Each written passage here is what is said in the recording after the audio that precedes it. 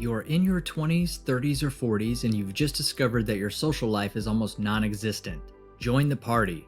If you've relocated to a new city or chosen to concentrate your efforts on establishing a career or relationship, you're one of many adults around the world who are quietly contemplating loneliness. It shouldn't be this difficult to meet new people and make new friends, should it? After all, you're just doing the same things you did when you were a kid, except now you have fascinating stories to tell. So what's the problem? Many times the problem is actually in your mind. It turns out that if you step outside of your comfort zone and muster the confidence to approach people, you'll be shocked by how many new people you will meet and friends you can make. In today's video, I'm talking about how to meet new people as an adult, and I have the proof. Let's get into it. Welcome to Success for Breakfast, where I'm serving up brain food made simple. Hit that subscribe button to get daily videos created to give you the tools to level up and love your life. Leave a comment and let me know that you have subscribed, because I'm going to go in and make sure I reply to as many of you as I can when you do. Friendship is a priceless commodity. In an unstable world, they have a reassuring sense of continuity and contact. We laugh and mourn together, share our good times, and supporting each other through the terrible.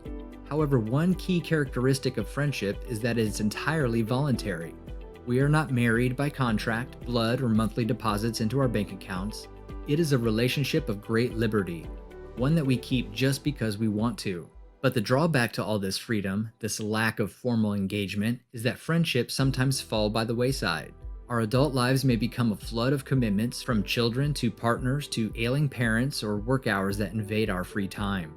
Because of the fast pace and busyness of many people's adult lives, it's easy to lose touch with their friends.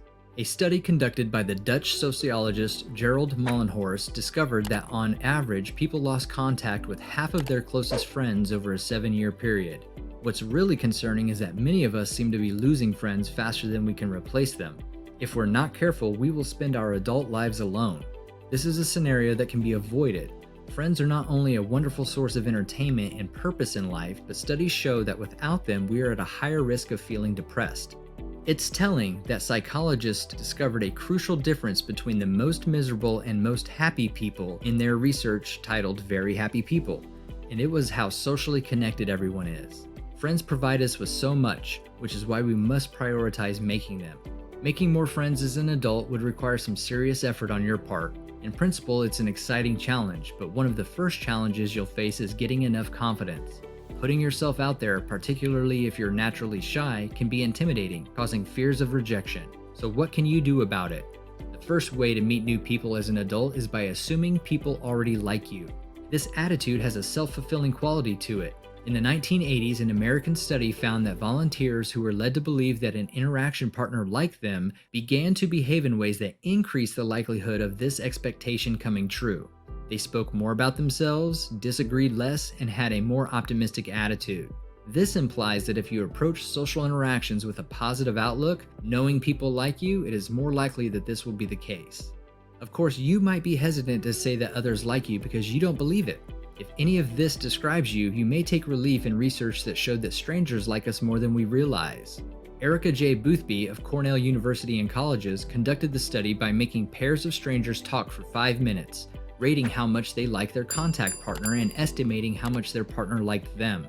The same trend appeared in a number of environments and research durations: in the lab, in a college dorm, and at a professional development workshop. People underestimated how much they were liked, a phenomenon dubbed the liking divide by Boothby and her colleagues. What lessons can we learn from this study? It can serve as a reminder to enter new social situations with the expectation that people will like us. It can save us from being paralyzed by rejection fears by forcing us to doubt some of these fears.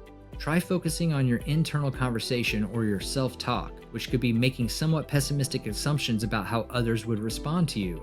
Doing so would give you the courage to go out there and make pleasant contact with strangers.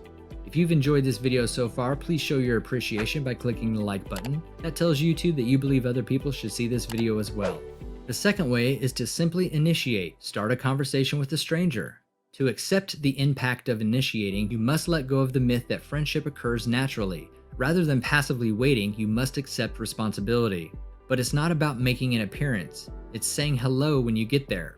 This involves introducing yourself to others, asking their phone numbers, following up, and inviting them to hang out. Initiating is a process that we must repeat in order to form new friendships. Initiation is especially important for people who are in new social situations, such as those who have moved to a new city or started a new school or career. While we may be concerned that other people may reject us if we initiate contact with them, evidence shows that this is much less likely than we believe. Can you guess how many people were shut down when psychologists asked study participants to strike up conversations with their fellow train commuters? There are none. The psychologists concluded that commuters appeared to think that talking to a stranger posed a meaningful risk to social rejection. As far as they could tell, it posed no risk at all. The third proven way to meet new people and make new friendships is to keep showing up. Since you've made some new contacts, the task of transforming them into real friendships begin. Sociologists have repeatedly demonstrated that friendships flourish when we have constant contact. According to Rebecca Adams, professor of sociology at the University of North Carolina at Greensboro, these repeated interaction opportunities will allow you to build on a phenomenon known as the more exposure effect. This is our instinct to choose things that are more familiar to us, and it also extends to people. There was a study conducted in the 1990s at the University of Pittsburgh in which 4 women were placed in a psychology classroom for different numbers of classes. The women didn't say anything to anyone, and the students had forgotten all about them.